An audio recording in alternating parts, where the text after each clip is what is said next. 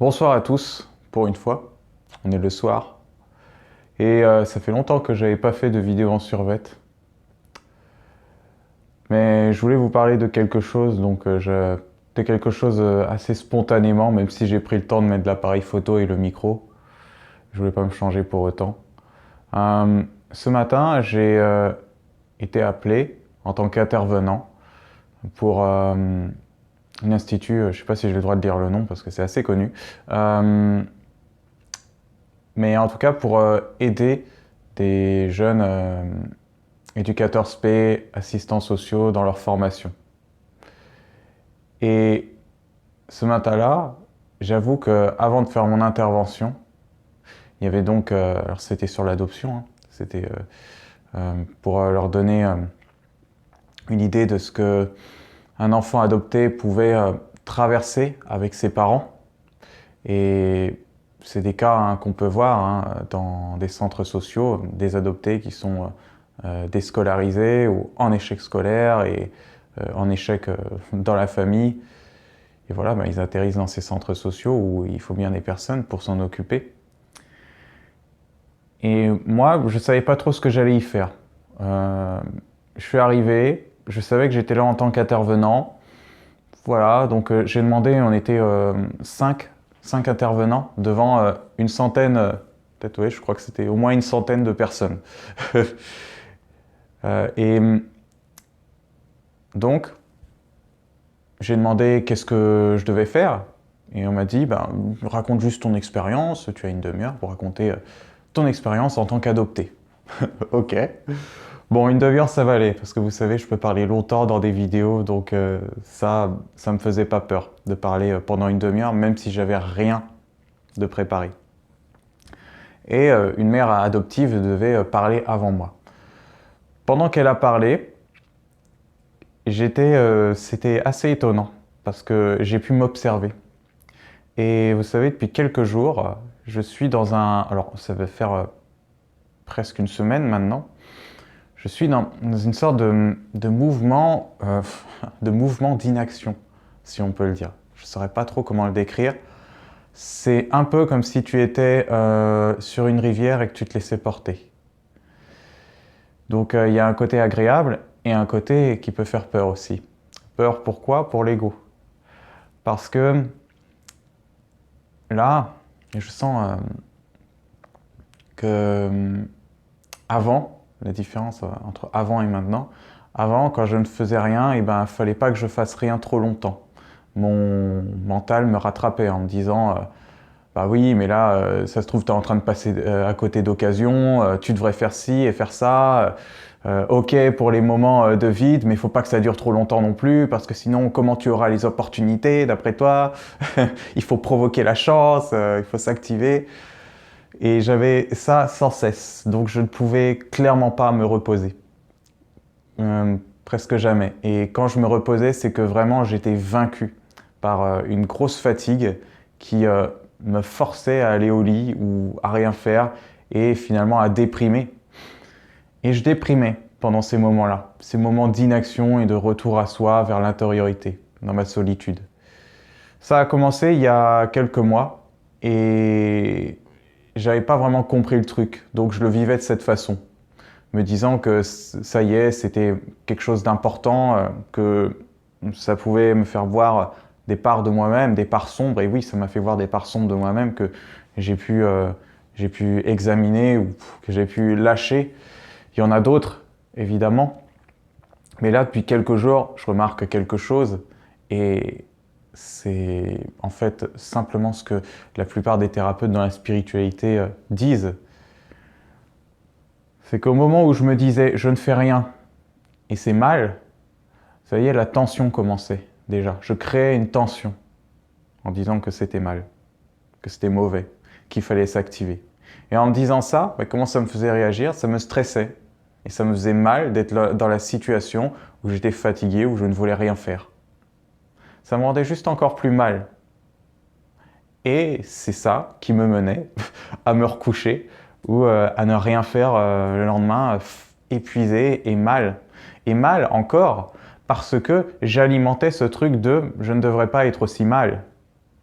Bah oui, C'est un peu la troisième question de la méthode d'enquête question de Byron Katie. Comment tu réagis quand tu crois que tu devrais être actif au moment où tu es fatigué? Eh ben, je réagis mal, je m'en veux. À ce moment-là, c'est de l'auto-sabotage qui se produit à l'intérieur de vous. C'est pas de la bienveillance, c'est de la malveillance. Vous niez un besoin fondamental qui est de vous reposer à tel moment. Même si vous n'avez pas l'impression d'avoir fait quelque chose d'important dernièrement. Et déjà, on peut se demander, est-ce qu'il faut avoir fait quelque chose d'important dernièrement pour être fatigué? Est-ce vrai? Pas forcément. Il y a des coups de fatigue qu'on n'explique pas. C'est bien de les accepter aussi. Enfin, ils finissent toujours par s'expliquer. Mais il faut juste prendre le temps d'écouter, écouter son intériorité.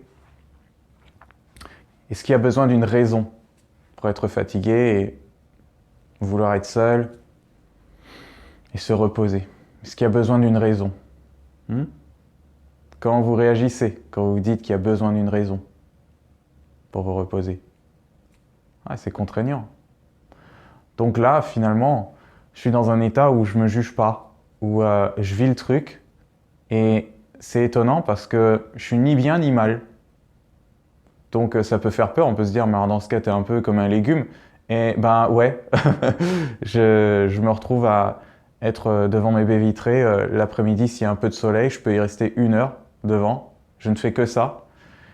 Et je remarque que c'est une sorte de méditation, mais parce qu'il n'y a rien d'autre à faire, simplement. Et je n'ai pas envie de faire autre chose.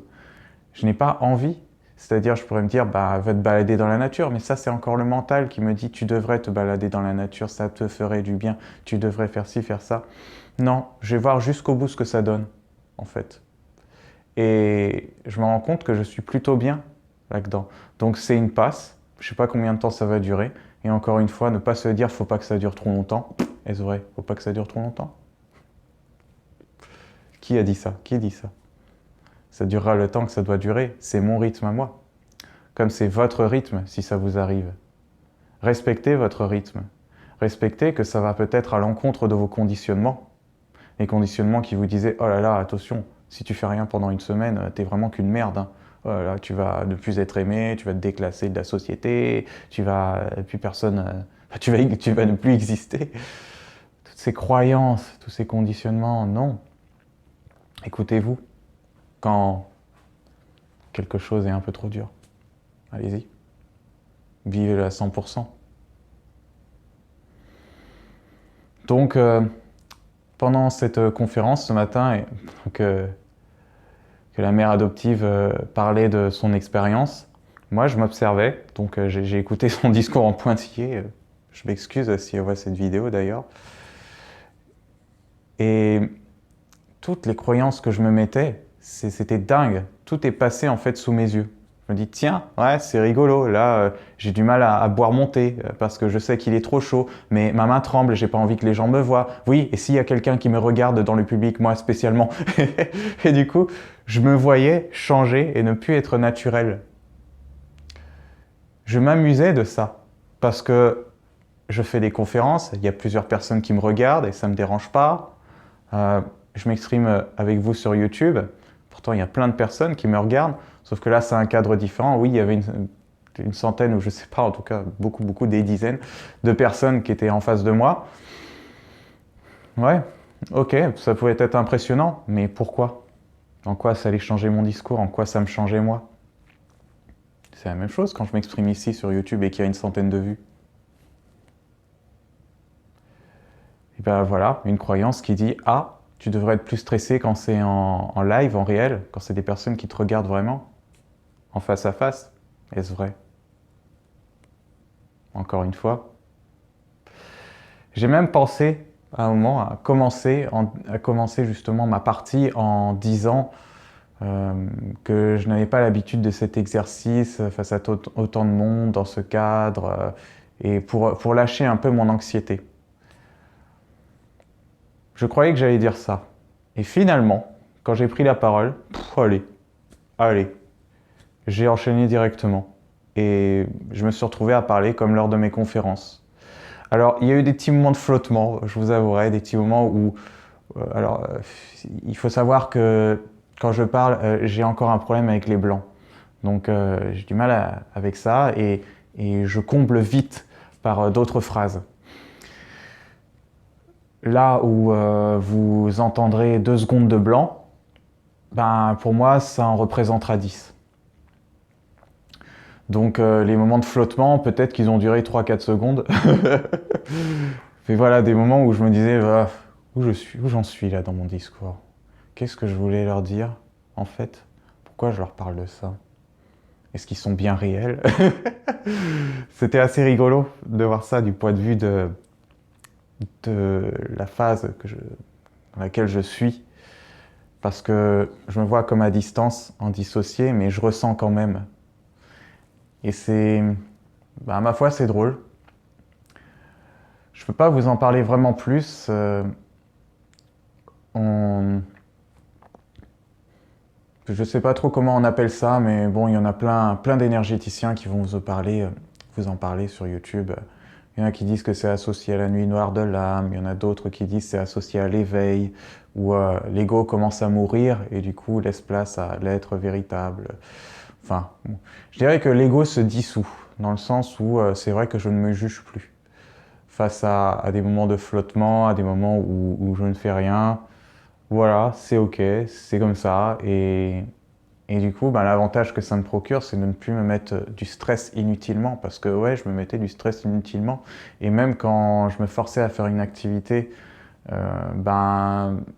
j'étais content de l'avoir fait, mais j'en avais pas tiré vraiment grand-chose, concrètement. Or, je vois que les activités que je fais parce que j'ai vraiment envie de les faire, ben, c'est double. Je suis content de l'avoir fait et j'en retire un bénéfice. Par exemple, ce qui m'a animé dernièrement, c'est d'avoir repris les conférences.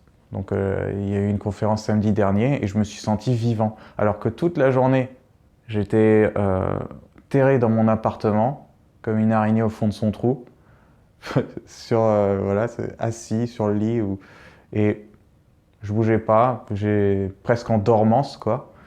Et au moment de la conférence, là, j'ai senti que c'était normal de se lever. C'était normal de sortir de mon appartement. Ça devait être fait. Là, ça m'animait, tu vois. C'est un peu comme ma raison de vivre. Là, c'est une raison. C'est vraiment quelque chose qui, pour 2 heures, simplement. Bon, ça a duré 3 heures puisqu'on a débordé, évidemment. Comme toujours. Et là, maintenant, je vais mettre 3 heures de créneau pour les ateliers et conférences parce que c'est pas assez, décidément. Et ouais, je me suis senti requinqué, vivant.